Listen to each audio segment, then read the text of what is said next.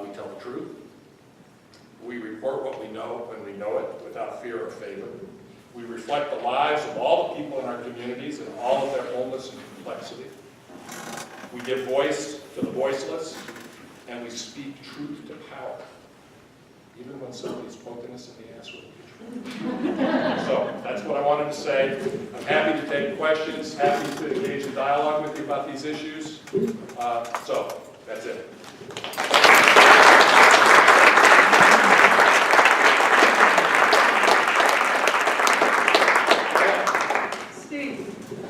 I get 3 newspapers every day, and I don't even have a bird cage. So the reason I get those papers is because I trust those newspapers to tell me the truth. And I was a little worried before, but now I'm scared. Gee, I'm scared that I'm not going to be able to open the newspaper and find the truth that, whoa. Well, the economic factors have diminished the reporting capacity in this country by 50 to 60% since 2008. That's the amount of journalism produced domestically by journalists who are no longer in the field. 50 to 60% of the volume of American journalism has been lost since 2008, 9 years. So there's part of the problem. But the fact is, the people who trust newspapers, particularly, folks in this room, and all you have to do, pardon me saying this, but I'm of your generation as well, you just have to look at the Sunday obituary page. Every one of those people on those pages is a newspaper reader. And bless their hearts, as much as I love my students, when I ask in my media and society class, 100 and some students in the fall, 150 in the fall, 80 in the spring, how many of them pay for news? How many of them subscribe or read newspapers? 1, 2 maybe. So the traditional model that has people taking a daily newspaper, reading it regularly, trusting what they read, that model is broken. That model is broken. And you put that in connection with the existential threat we're facing in this new political, factual environment, and it's hard to be optimistic.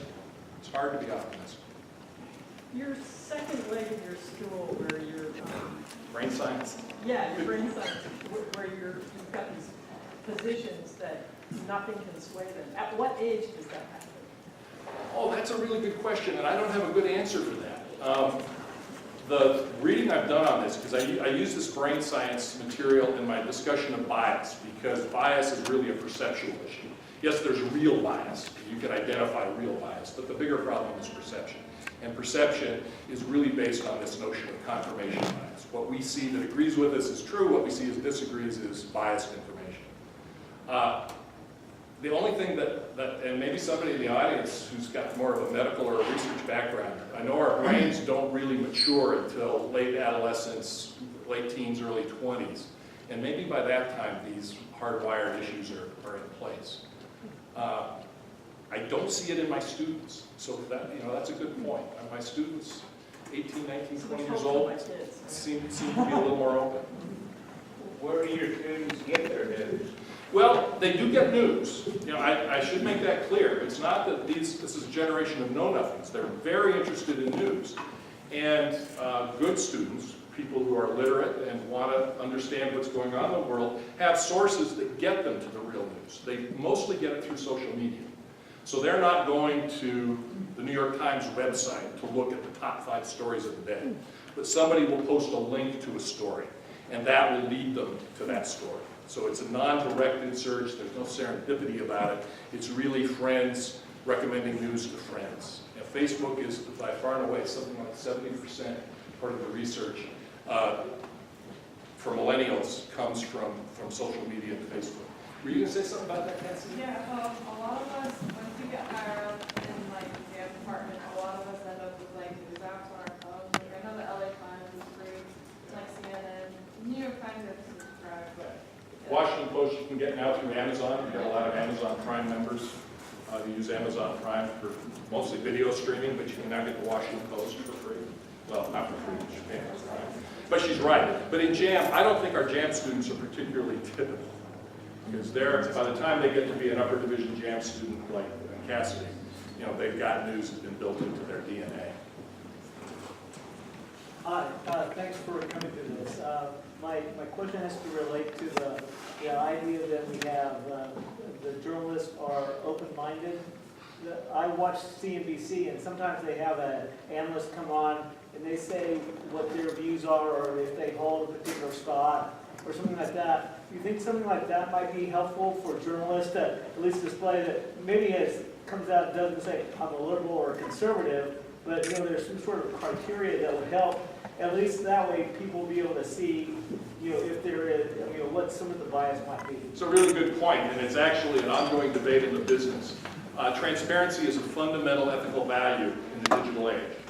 And how transparent we should be is a source of some debate. Some of you may have heard Jay Rosen on campus a week and a half or so ago. Jay is a well-known advocate of total, absolute transparency. His argument is that every journalist and news organization should, on the website, have a page that explains where they went to school, what party they're registered for, what church they belong to, their religious and social beliefs, all of that, everything spelled out, so that people will understand where they come from and can then independently judge the veracity of their work. I brought him to Spokane some years ago to make that pitch to my staff, and it's probably no surprise that we sort of had to smuggle him out. Get him out of there alive. It did not go over well. But I think that point is well taken, and I think transparency is one way we regain some credibility. One of the things I'm most proud of in Spokane was our openness. We streamed our news meetings. People could walk in and sit in our news meetings, blogged, interacted, and open as any news organization in the country, and I think that helped our credibility for a while until the economic recession wiped it all out. Steve, going back to Jay Rosen, Yes. and there was a discussion about PBS, and he said, he said it actually harmed news because PBS would try to, NPR. excuse me, thank you, NPR, thank you, would try to present both sides of the argument, and the example he was using was global warming, and he said really there's only one view, and anything else, is sort of, it's a moot argument. So, going back to electronic news, I have found a lot of solace in looking at the Real News Network. It leans liberal because it supports this idea we've got to fight climate change, but I get more news, more in-depth news, sort of like NPR when you get that interview, that discussion that you normally don't get other places. So how effective are the electronic sources becoming? I'm not talking about like the New York Times online. I'm talking about these other news sources. Digital sources. Yes. So, and which ones would you recommend? Well, two questions that are kind of built into that. Jay was talking about this issue of false equivalency. Okay. And the standard journalistic frame, which says if you talk A and you talk Z on a position, you're balanced, and you just leave it to the public to decide what might be true. And his argument, which is perfectly valid, is that some things don't have meaningful AZ positions. The Earth is round. Are we obligated to reference the Flat Earth Society? And the Holocaust happened. Are we obligated to quote the fringe neo-Nazi academics who say the Holocaust never happened? No. Climate change. A lot of journalism organizations have decided there is no equivalent argument. During the election, false equivalency was about equating Benghazi, 4 years of fruitless investigation that produced virtually nothing, equating that with Russian ties, email hacks, Pussygate, etc. I mean, that's false equivalency. And it hurt Hillary Clinton because in an effort to be balanced, equivalent controversies had to be generated.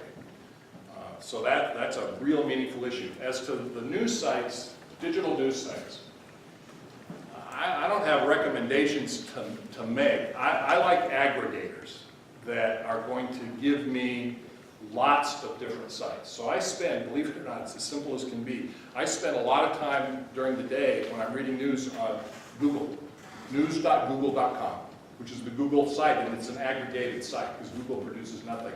And the sources are all over the map. Fox News, BBC, Reuters, New York Times, Washington Post. Well, the Times isn't part of Google.